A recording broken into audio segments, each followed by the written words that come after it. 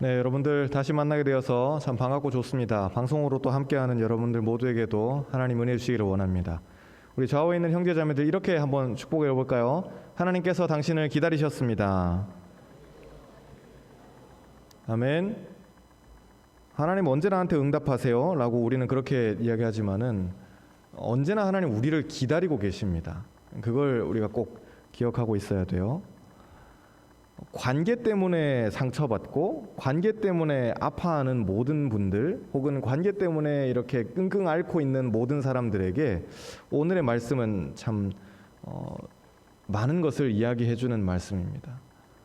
예수님께서 하나님과 사람 사이에 서서 양쪽을 화해시켜 주신 것처럼 우리도 사람과 사람 사이에, 그리고 우리도 하나님과 사람 사이에 서서 그 역할을 할 수 있다는 겁니다. 마치 바울이 오늘 말씀에 나오는 오네시모와 빌레몬 사이에 서서 두 사람을 화해시키는 것과 같은 이야기입니다. 바울이 특별한 목적으로 이 편지를 작성합니다. 사실 이 편지는 바울이 쓴 편지 중에서도 굉장히 좀 독특한 편지예요. 보통은 보면 어느 교회를 향해서 쓰고 어떤 단체를 향해서 쓰고 어떤 지역에 있는 사람들을 향해서 여러분들은 이렇게 바울이 많이 이야기하는데, 오늘은 굉장히 개인적으로 이 빌레몬이라는 개인에게 편지를 씁니다. 빌레몬서를 미루어 보았을 때 이런 정황들을 파악할 수 있습니다. 빌레몬서가 길지 않아요. 여러분들 한번 집에 돌아가는 길에 그냥 지하철에서만 쭉 보셔도 단숨에 다 읽을 수 있을 정도로 굉장히 짧은 성경입니다. 몇 가지 이 사실들이 있어요. 뭐냐면은 빌레몬은 주인이고 오네시모는 종입니다. 지금 시간대는 이 바울이 살고 있던 때니까 우리가 살고 있던 때에서부터 2000년 전입니다. 2000년 전의 이 로마 헬라식의 그 문화를 기억하시면 돼요. 주인 빌레몬, 종인 오네시모가 있어요. 그런데 오네시모는 지금 감옥에 갇혀 있습니다. 왜 갇혀 있냐? 주인인 빌레몬에게 뭔가 엄청난 손해를 끼쳤거나 잘못을 저지른 죄 때문에, 죄가 얼마나 큰지 모르겠는데 이 주인이 종을 고소해가지고 감옥에 넣어버렸나 봐요. 그래서 오네시모는 지금 감옥에 있습니다. 그런데 예수님을 전한다는 이유 때문에 감옥에 갇혀있던 이 어떻게 보면 감방 동기죠.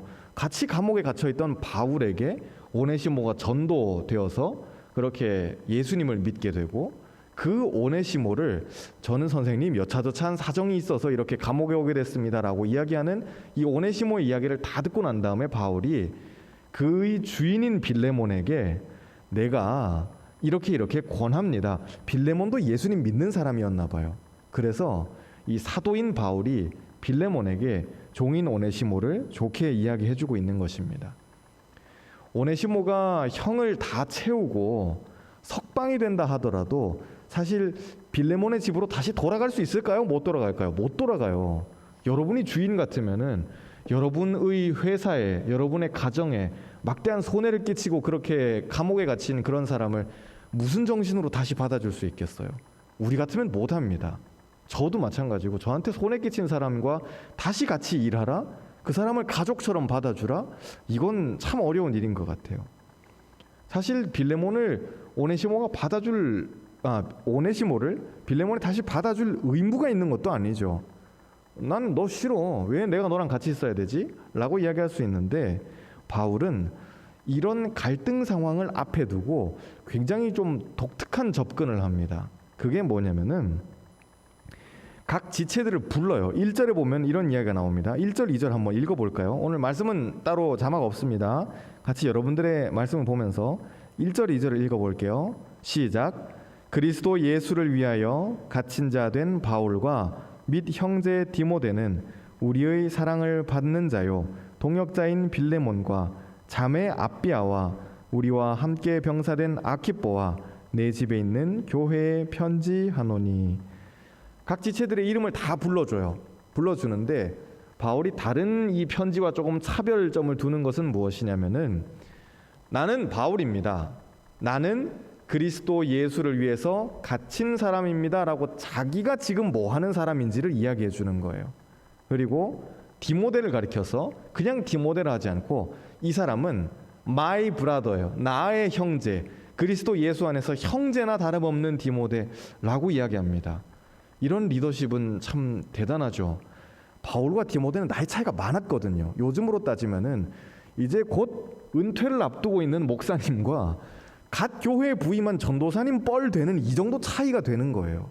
그런데 바울은 디모데를 가리켜서 당신은 나의 형제와 같은 사람입니다라고 이렇게 참 칭찬해 줍니다. 그리고 빌레몬을 가리켜서는 우리 공동체에서 참 사랑받는 사람이고 이 사람은 나의 동역자입니다라고 그렇게 빌레몬을 인정해 줍니다. 아비아를 가리켜서도 이 여인인 것 같아요. 그런데 이 사람도 그리스도 안에서 이 사람은 우리의 참 동고동락한 자매와 다름없는 사람입니다.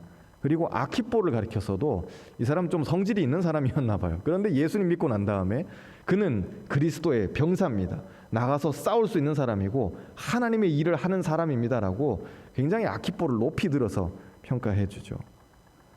이 많은 사람들을 이야기하는 이유는 무엇이냐면은 편지를 받아본 빌레몬이 그리고 빌레몬의 집에서 교회를 하고 있었을 테니까 초대 교회는 어떤 유력한 사람들, 좀 돈 있는 사람들 혹은 집이 넓은 사람들이 그 가정을 이렇게 사용해서 예배 드렸으니까 그런데 그 사람들이 다 이 편지를 둘러보면서 돌려보면서 나는 예수님 앞에서 어떤 사람인가 예수님이 나를 어떻게 생각해 주시는가 라는 그것을 먼저 기억하게 되었다는 겁니다.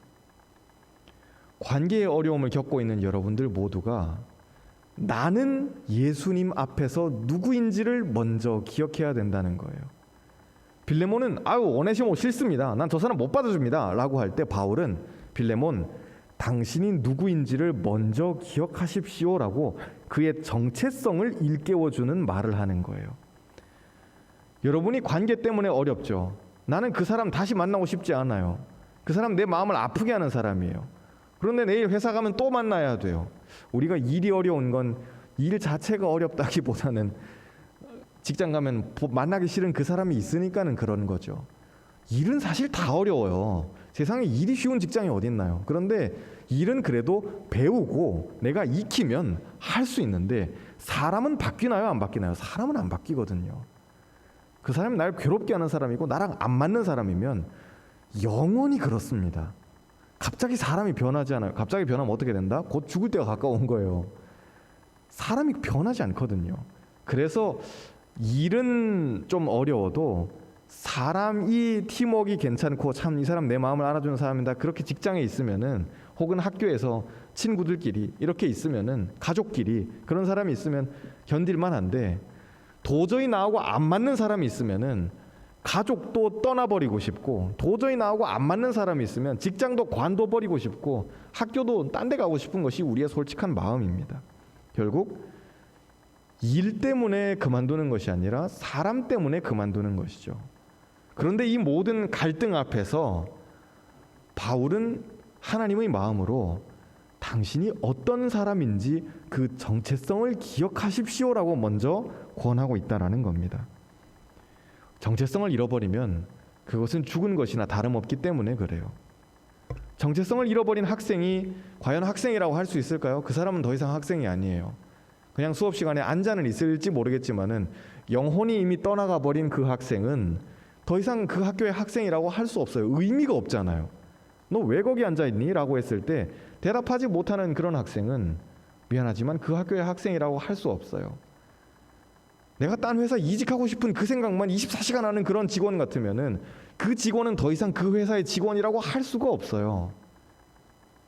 어떻게 그 사람이 그 회사의 직원이죠? 그냥 월급 루팡이지. 앉아가지고 월급만 축내는 그런 인간이지. 그게 어떻게 그 회사를 일해서 일하는 직원이라고 할 수 있겠어요? 남편과 아내의 사이도 마찬가지예요. 내가 남편인데도 불구하고 멀쩡한 아내를 놔두고 끊임없이 집 밖에 나가고 싶은 생각하고 나가서 놀고 싶은 생각하고 아내가 귀찮고 혹은 딴 여자 생각하고 이렇다면은 그 사람은 더 이상 그 아내의 남편이 아니에요. 법적으로는 부부일지 모르겠지만은 더 이상 남편이라고 할 수 없어요. 그러면 이렇게 정체성을 상실해버린 남편이 무슨 아내에게 영향력을, 그렇게 정체성을 상실해버린 직원이 그 회사를 위해서 무엇을, 그렇게 그 정체성을 상실해버린 가족 구성원이 혹은 학생이, 청년이 혹은 목사가 그 교회를 향해서, 그 가족을 향해서, 그 공동체를 향해서 뭘 더 할 수 있겠냐는 거예요. 전 여러분들이 월급 루팡은 되지 않기를 바랍니다. 출근은 다들 하시겠죠. 그렇지만 영혼 없이 일하지 마시고 하나를 일하더라도 그리스도의 마음으로 일해 보셔요. 참 어려운 이야기지만은 그렇죠. 알죠. 그리스도의 마음으로 일한다는 거. 목사님 제 직장에 못 와보셔서 그래요. 그럴 수 있겠는데 불러주세요. 직장 다니는 게 너무 어렵고 나 당장이라도 때려치우고 싶고 힘들고 그러면은 저를 불러주셔요. 같이 가서 기도하고 여러분들 사무실 가서 기도할 수 있어요. 그리스도의 마음으로 일하면서 이 직장을 변화시키라는 그 사명을 가지고 하나님 여러분을 그 직장에 보내셨거든요. 기대가 크면 실망도 큰 법이죠. 내 직장에 대해서 나는 기대하고 여기 왔는데 시간이 지나면 지날수록 점점 더 실망만 늘어나고 관계는 자꾸 깨지고 시험 들고 어렵고 그럴수록 나는 누구인지 생각해야 된다는 겁니다. 바울은 오네시모를 이 죄인이잖아요. 종이고 죄인인데 오네시모를 빌레몬에게 좋게 이야기해줘요. 빌레몬, 당신이 이 사람을 다시 좀 받아줬으면 좋겠습니다. 예수님의 마음으로 좀 받아주셨으면 좋겠습니다라고 중간에 서서 이렇게 화해를 시켜요. 양쪽을 화해시킵니다. 오네시모를 빌레몬에게 좋게 이야기해주는 그 바울의 마음은 하나님께 우리를 중보해드리는 예수님의 마음이에요. 내가 왜 그걸 해야 되죠? 그냥 냅두고다가 지들끼리 지지고 볶고 싸우다가 누구 하나 나가면 그러면 사무실 조용해지고 좋겠는데 이게 그리스도의 마음이 아니라는 거예요. 내가 왜 그걸 해야 되죠? 가 아니에요. 내가 하나님께로부터 먼저 용서받은 사람이라는 것을 알수록 은혜가 클수록 받은 은혜를 무겁게 느낄수록 내 삶에서 사명의 무게도 더해져요. 저와 여러분 모두에게 다 하나님께서 귀한 사명을 주신 줄로 믿습니다. 우리 좌우에 있는 형제 자매들 이렇게 축복해 줍시다. 당신은 사명받은 사람입니다. 여러분 모두 다 사명받은 사람인 줄로 믿습니다. 다 귀한 사명들을 감당할 사람들이에요. 여러분들의 그릇이 결코 작지 않아요. 사람의 일이라는 게 어떻게 될지 모른다고요. 그래서 여러분들 지금 있는 그 자리에서 허투루 하지 마셔요. 다음 스텝이 있으니까. 아니에요. 오늘 일하다가 내일 내 장례식에 우리 목사님이 오겠다 싶은 그런 심정으로 일하셔야 돼요. 지금 내 이 직장 있다가 다른 직장 가면 되니까 이렇게 하는 사람은 결코 인생에서 한 번도 최선을 다해보지 않아요. 왜 그럴까요? 다음 직장 가면 되니까, 다음 학교 가면 되니까, 다음 사람 만나면 되니까. 아니에요. 내일이 뭐다? 내일이 내 장례식이라 생각하고 일하셔야 돼요. 여러분의 평가는 언제 정확한 평가가 나올까요? 여러분의 장례식에서 가장 정확한 여러분의 평가가 나와요. 몇 명이나 여러분의 죽음을 슬퍼할지. 꼭 여러분들의 죽음을 슬퍼하길 바래요. 우리 중에 내가 갑자기 죽으면, 제가 갑자기 죽으면, 이건 누굴 예로 들 수도 없으니까, 제가 갑자기 죽으면 여러분들 와서 슬퍼해 주시겠죠? 코로나인데 어떻게 장례식장 갑니까? 이런 소리 하면 내가 진짜 슬퍼할 거예요. 다시 살아날지도 몰라요. 너무 억울해가지고 다시 살아날지도 몰라요. 여러분들 슬퍼해 주지 않겠어요? 내가 하나님께로부터 은혜를 받은 사람 같으면은 하루하루를 살아갈 때 결코 허투루 살아갈 수 없어요.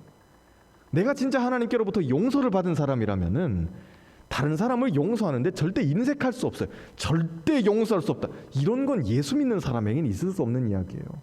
왜 그럴까요? 내가 이미 너무 큰 용서를 받았다는 것을 깨닫고 있거든요.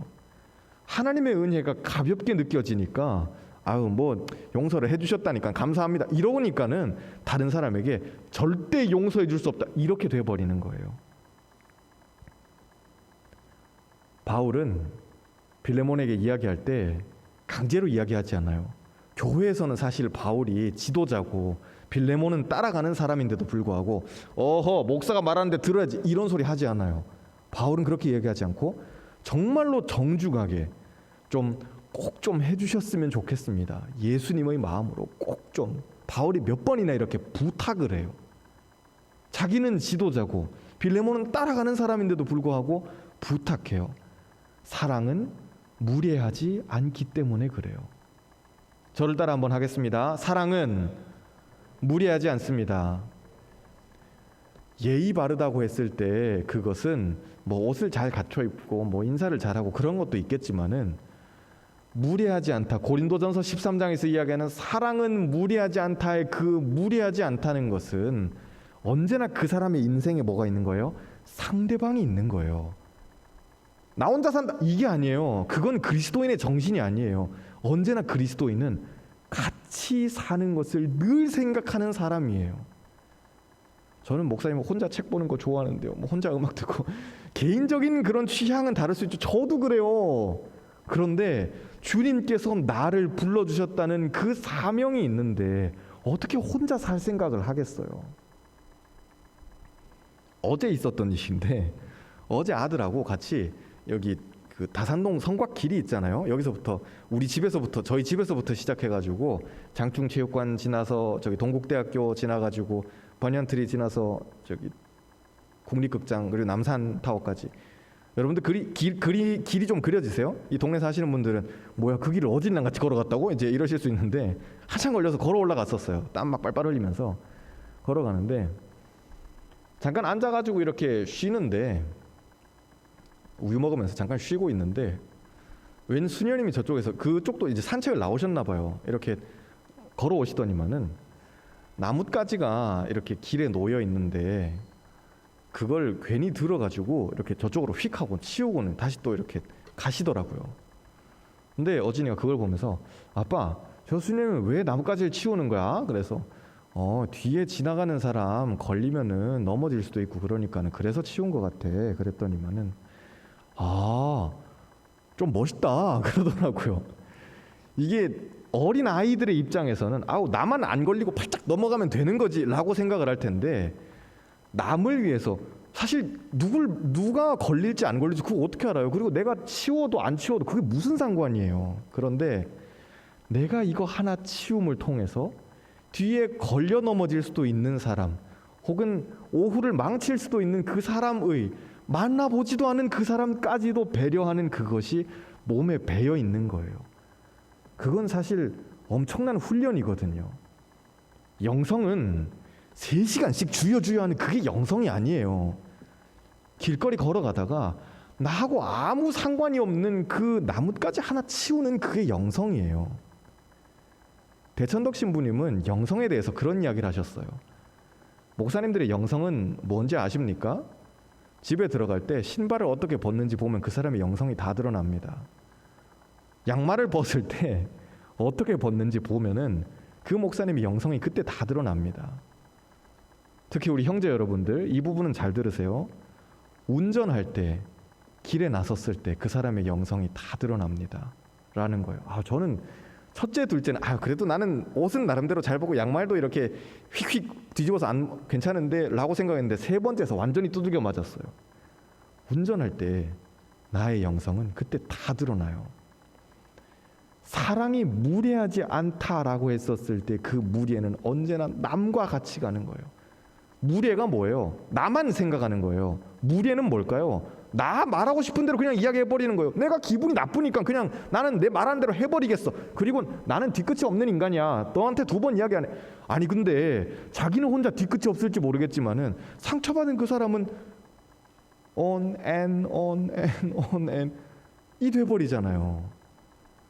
그게 얼마나 무례한 거예요. 하나님의 은혜를 받은 사람이라면 결코 남 앞에서 자기 하고 싶은 이야기 마음대로 하지 않아요.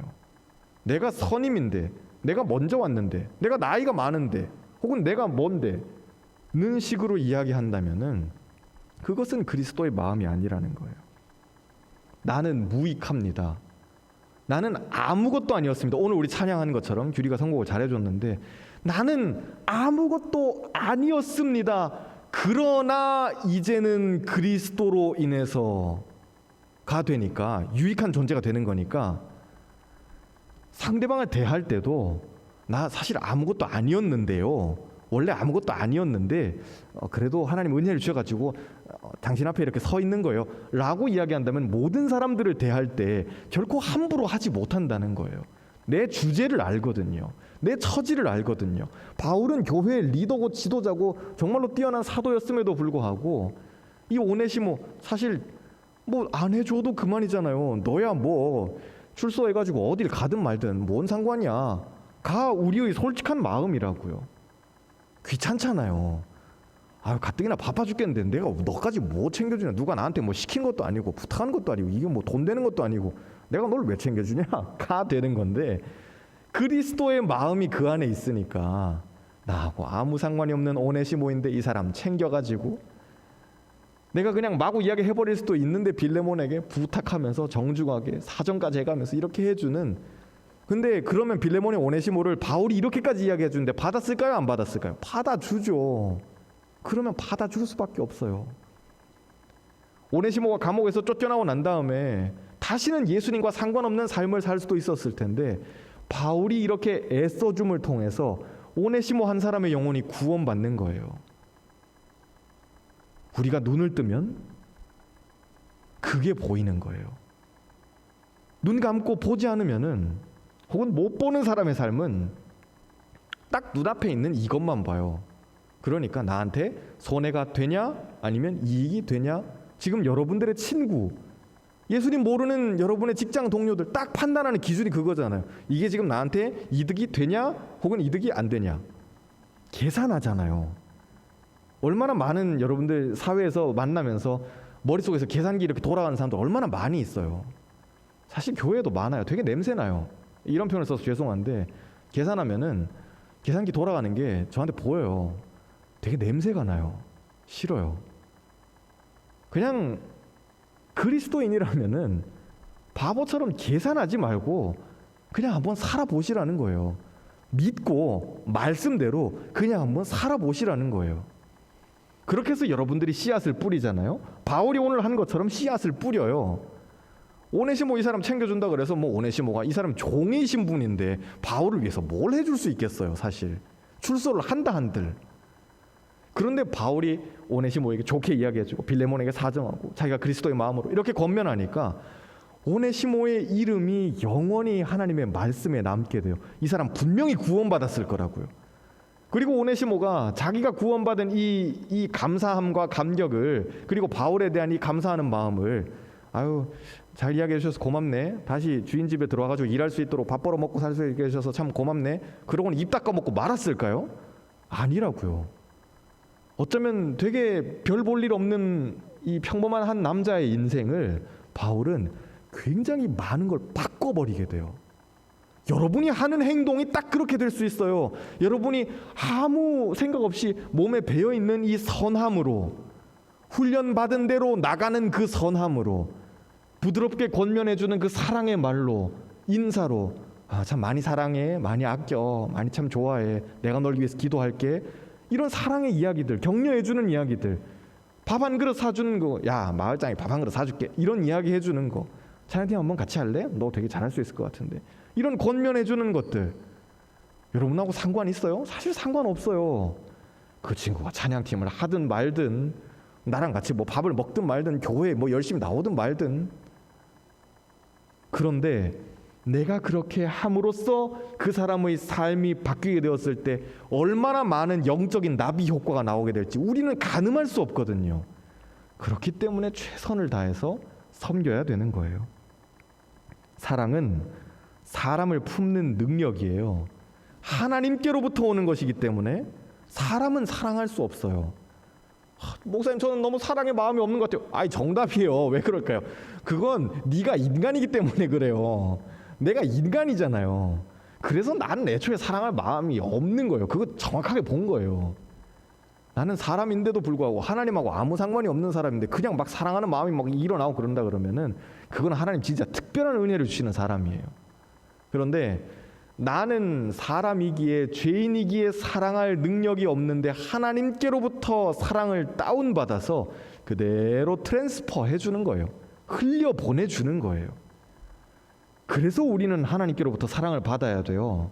그래서 우리는 하나님을 만나야 된다는 거예요. 사랑할 능력이 없는데 내가 사랑하고 싶은데 그러면 사랑을 많이 받아야겠죠. 우린 겨우 흘려보내는 사람들이니까 많이 흘려보내려면 뭐를 가지고 있어야겠어요? 사랑을 많이 가지고 있어야 된다고요. 그렇게 해야지 많이 흘려보내죠. 먼저 용서하시고 여러분이 먼저 용납하시고 여러분이 먼저 중재하셔요. 지지고 볶고 싸우고 있는 저 사람들 보면서 가족들끼리 싸우고 있는 그런 모습들을 보면서 강 건너 불구경 절대 하지 마시고 여러분이 그리스도의 마음으로 중재하시기를 바라요. 뻘쭘하게 서 있는 저 사람, 아무도 챙겨주지 않는 그 사람, 여러분이 먼저 다가가서 먼저 밥 한 그릇 사주시고 먼저 축복하시라는 거예요. 예수님도 마태복음에서 그 말씀을 하셔요. 소자 한 사람, 냉수 한 그릇 이야기를 하신다고요. 소자에게 뭐 예를 들어서 참 우리 공동체에서 소외받는 사람이 있어요. 그런데 그 사람에게 예수님의 말씀은 너희들이 가서 냉수 한 그릇 대접하면은 그것까지도 하나님이 다 기억하시고 상을 주실 것이다라고 말씀하셔요. 그 말씀은 냉수를 주면 상을 받는 건가? 이게 아니에요. 이 소자는, 이 작은 사람은 아무도 그에게 관심을 가져주지 않아서 물 한 병 사주지도 않는 그런 사람이라는 거예요. 그 사람까지도 챙겨주면 정말 그러니까 우리 눈에 보이지도 않는 존재감이 없는 그런 사람일 수 있겠죠. 그런데 그 사람까지도 챙겨주면 결코 하나님께서 여러분의 상을 잃지 않게 해주신다는 거예요. 먼저 용서하세요. 이건 확실한 투자예요. 그리고 먼저 사랑하세요. 이것도 100% 돌려받는 투자예요. 먼저 축복하세요. 그게 여러분들 확실히 수지 맞는 장사예요. 왠지 아세요? 제가 예를 들어서 누굴 축복했어요. 축복하면은 이 사람이 목사님 참 축복해 주셔서 감사해요. 기도해 주셔서 감사해요. 밥 사주셔서 감사해요. 섬겨 주셔서 감사해요. 저랑 같이 있어 주셔서 참 감사해요. 받는 사람 같으면은 그러면 이게 그 사람을 살리는 게 돼요. 하나님께서 그것을 기억하신다 그랬으니까 나도 참 좋은 거겠죠. 그런데 이 사람이 받을 만한 사람이 아니에요. 왜 밥 사주세요? 이런 거 안 하셔도 돼요. 혹은 귀찮아요 라든지. 전 그런 사람들 많아요. 우리 교회 안에도 얼마나 많은지. 목사님 스토커도 아니고 왜 자꾸 전화를 하세요? 뭐 이런 분들부터 시작해가지고 그냥 더 이런 전화 안 하셨으면 좋겠어요 부터 시작해서 목사님 할 일 없으세요? 그런 이야기도 많이 들어봤어요. 전 그렇죠. 할 일 없는 목사예요. 그러니까 뭐 밤낮 전화나 하고 있는 거겠죠. 그런데 주님께서는 뭐라 말씀하시냐면은 받지 않는 사람이면 그 복이 누구에게로 돌아온다 그래요? 나한테로 돌아올 것이라고 말씀하셨어요. 여러분이 누군가를 축복해요. 혹은 하나님의 마음으로 오늘 우리가 배운 대로 예수님의 마음을 가지고 선하게 이렇게 섬겨요. 제가 마을장을 하겠습니다. 제가 목사님 이번 연도엔 임원을 한번 해보겠습니다. 그런 야망이 있는 친구들이 내년에는 많이 나오길 바랍니다. 할렐루야. 네, 아무도 대답 안 하죠. 좌우에 있는 형제 자매들 이렇게 축복합시다. 내년에는 다시 한번 내년에는 뭐든 섬깁시다. 아멘.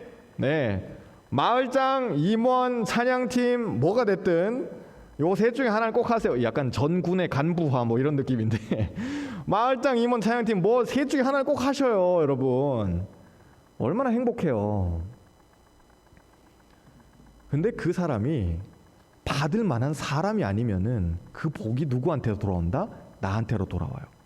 많이 축복해 주는데 오늘날의 세대 같은 경우에는 그래서 이 사랑의 마음을 가지고 있는 사람들이 더 영적인 부자가 될 가능성이 커요. 좀 세상적인 이야기를 하자면은 돈 있는 사람들이 돈 벌기가 훨씬 쉬운 시대가 돼버렸죠. 빈익빈 부익부의 시대고 코로나로 인해서 이 팬데믹 때문에 경제 체계도 많이 바뀌고 있어요. 돈 있는 사람이 더 돈 벌기 쉬운 세상이 돼버렸고 없는 사람들은 이제 점점 더 나락으로 떨어질 거예요. 영적인 원리도 똑같아요. 있는 자는 더 많이 가지게 될 것이고 없는 자는 그 있는 것까지도 빼앗기게 될 것이다. 제 이야기가 아니에요. 예수님 그렇게 말씀하셨어요. 왜 자꾸 이렇게 될까요? 내가 축복해줘요. 사랑의 마음을 많이 가지고 있는 내가 축복해주는데 이 세대가 이 사랑을 받아줘요? 안 받아줘요? 안 받아줘요. 청년들이 받아줘요? 안 받아줘요? 안 받아줘요. 집사님들, 권사님들이 안 받아줘요. 그럼 저는 뭐가 될까요? 저는 혼자서 영적인 부자가 되는 거예요. 받아주면 땡큐죠. 당연히 좋죠. 그런데 애초에 사랑해줄 마음이 없는 사람 같으면은, 애초에 하나님의 은혜를 깨달은 그런 기억이 없는 사람 같으면 잘 기억이 나지 않습니다 뭐 이러고 있으면은, 그러면 나는 매일 똑같이 이러고 사는 거예요. 되게 구질구질하게 사는 거예요. 그리고 맨날 인스타 보면서 남들은 어디도 가고 그러는데 난 왜 이러냐, 이게 우리의 삶이 될 수도 있다고요.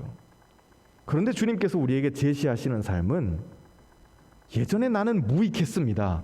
그러나 이 사람 오네시모는 빌레몬 당신에게 무익한 사람이었습니다. 그러나 바울 나는 예전에 참 하나님께 무익한 사람이었습니다. 그러나 이제는 나 바울은 그리스도 안에서 유익합니다. 이 사람 오네시모는 그리스도 안에서 당신에게 유익한 사람이 될 것이라는 걸 내가 보증하겠습니다. 혹은 우리 자신도, 나는 예전에 무익했으나 그러나 이제는 하나님 안에서 유익한 사람입니다. 하나님께 유익하고 사람들에게 유익한, 참 연약한 그 사람들에게 냉수 한 그릇 대접해주는 그 사람. 작은 거잖아요. 우리 물 한 병 사주는 거, 그거 얼마나 쉬워요. 마트에서 물 한 병, 그거 뭐 700원 800원 하면 살 수 있는 건데 물 한 병 사주는. 그래서 아침에 묵상하다가 혼자 생각해 봤어요. 잠언 29장에도 같은 말씀이 있어요. 주인의 마음을 시원하게 하는 사람은 더운 여름날에 냉수 한 그릇, 주인이랑 같이 이렇게 밭에서 막 일하고 있다가 주인이 덥다, 야 누구 물 가지고 있는 사람 없냐, 그럴 때 주인님 제가 그럴 줄 알고 냉수 한 그릇 착 미리 준비해서, 주인의 마음을 알고 있는 지혜로운 종이거든요. 밭이 집 근처에 있는 게 아니잖아요. 한참 걸어 나와가지고 막 땡볕에 일하고 있는데 주인의 마음을 알아서 냉수 한 그릇 착. 하나님께서 이거 진짜 필요한데, 사람이 좀 필요한데, 이거 해야 되는데, 혹은 이 시대에는 이런 사람들이 필요한데 이거 어떡하냐, 그럴 때 하나님 제가 그럴 줄 알고 준비 쫙. 그래서 혼자 생각을 콜드워터 미니스트리, 냉수 미니스트리 같은 거 생각해 봤어요. 그런 사역을 해보면 어떨까. 하나님께 드리는 냉수 한 그릇, 가장 연약한 자들에게 드리는 마태복음 20장 냉수 한 그릇 이 대접하는 그거, 얼마나 하나님의 마음을 기쁘시게 하는 유익한 종이 되고, 얼마나 사람들의 마음을 기쁘게 하는 유익한 사람이 되겠어요. 전 여러분들이 여러분의 가정에 꼭 유익한 사람이 되었으면 좋겠어요. 가족 모임할 때도 우린 정환이는 꼭 가족 모임에 있어야 돼, 얘는 꼭 와야 돼, 뭐 이런 이야기를, 이제 추석이잖아요. 성묘도 하고 벌초도 하고 필요하겠죠. 우리 건이는 벌초 때 꼭 와야 돼, 이런 이야기를 가족들끼리 할 수 있어야 돼요. 걔는 뭐 오나 마나 뭐 이러면 안 된다고요. 우리 회사에서도 마찬가지. 우리 지호군은 꼭 있어야 돼, 없으면 안 돼, 내년도 알지, 잘 부탁해, 이런 이야기가 나와야 돼요. 예수 믿는 우리라면은. 그런데 뭐 이렇게 오나 안 오나, 쟤는 정체성이 뭔지 모르겠다, 월급 루팡이야, 뭐 이런 소리가 나오면은 그럼 되게 곤란한 거예요. 유익한 사람이에요. 유익한 사람이 되자, 이게 아니에요. 그건 노력해서 되는 게 아니에요. 노력해서 되는 게 아니라, 그게 아니라 하나님께로부터 받은 은혜를 내가 깨달으면 자동으로 되는 거예요. 어떻게 노력해서 돼요? 그게 말이 안 되는 이야기예요. 자기계발서 같은 것도 여러분들 뭐 보시는 거는 상관없지만은 너무 따라가지 마셔요. 사람의 일은 세상 사람들이 하는 이야기대로라면 운이에요. 그 말은 근데 시간이 지나면 지날수록 보니까 맞아요. 여러분들의 삶 알 수 없어요. 어떻게 보면 다 운이에요. 이렇게 여러분들 다 앉아 있다가도 한 1, 2년 뒤에 여러분들에게 무슨 일이 일어날지 몰라요. 갑자기 떡상한 유튜브 스타가 될 수도 있고, 여러분들의 연봉이 바뀔 수도 있고, 결혼 한번 잘 해가지고 인생이 바뀌는 사람들도 있어요. 단순히 이런 경제적인 1차원적인 이야기만 하는 게 아니에요. 삶의 레벨 자체가, 삶의 영향력 자체가 달라질 수 있다고요. 근데 그거 노력해서 되는 거예요? 아니에요. 미안하지만 진짜 아니에요. 좋은 회사 가 있는 사람들, 여러분들 다 부러워하는 대기업 가 있는 사람들, 그거 노력해서 될 것 같아요? 안 돼요. 노력하는데 그 위에 뭐가 얹어지냐면은 정말 기가 막히게 그 위에서 컨트롤하고 있는, 세상 사람들이 이야기하는 운이라고 하는, 그런데 믿는 우리들이 믿음의 관점에서 봤었을 때 그 세상의 만사를 다 컨트롤하시는 하나님의 전능하신 손이 있어요. 저는 여러분들이 꼭 유익한 사람이 되었으면 좋겠어요. 있으나 마나한 그런 사람이 아니라 유익한 사람, 여러분들의 가정에, 여러분의 직장에, 여러분의 학교에, 여러분의 교회, 공동체, 마을에서 꼭 유익한 사람이 되어서 바울처럼 그리스도의 향기를 이렇게 꼭 드러내는 저와 여러분들 되시기를 주님의 이름으로 축복합니다. 우리 같이 기도하겠습니다.